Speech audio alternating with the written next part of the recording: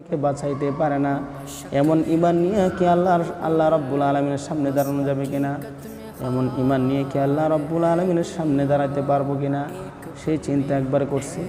সকলের প্রথম ঘাঁটি কিন্তু কবর। যার কবর ভালো তার হাসর ভালো, তার মিজান ভালো, তার ফুলসিরাত ভালো।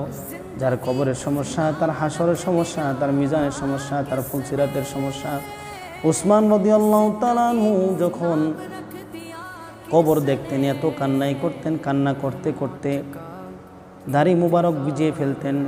তার সাথীরা জিজ্ঞাসা করত, উসমান রাদিয়াল্লাহু তাআলা আনহুর সাথে যারা সাথী ছিল তারা জিজ্ঞাসা করত, হে আমিরুল মুমিনিন, খলিফাতুল মুসলিমিন, আপনি কবর দেখলে এভাবে কান্না কেন করেন?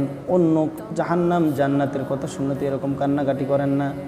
তখন উসমান রাদিয়াল্লাহু তাআলা আনহু বলল, এই কবর যার ভালো হবে তার সাথে আল্লাহ রাব্বুল আলামিন হাসরেও ভালো আচরণ করবে, যার কবর ভালো হবে না তার হাসরও ভালো হবে না।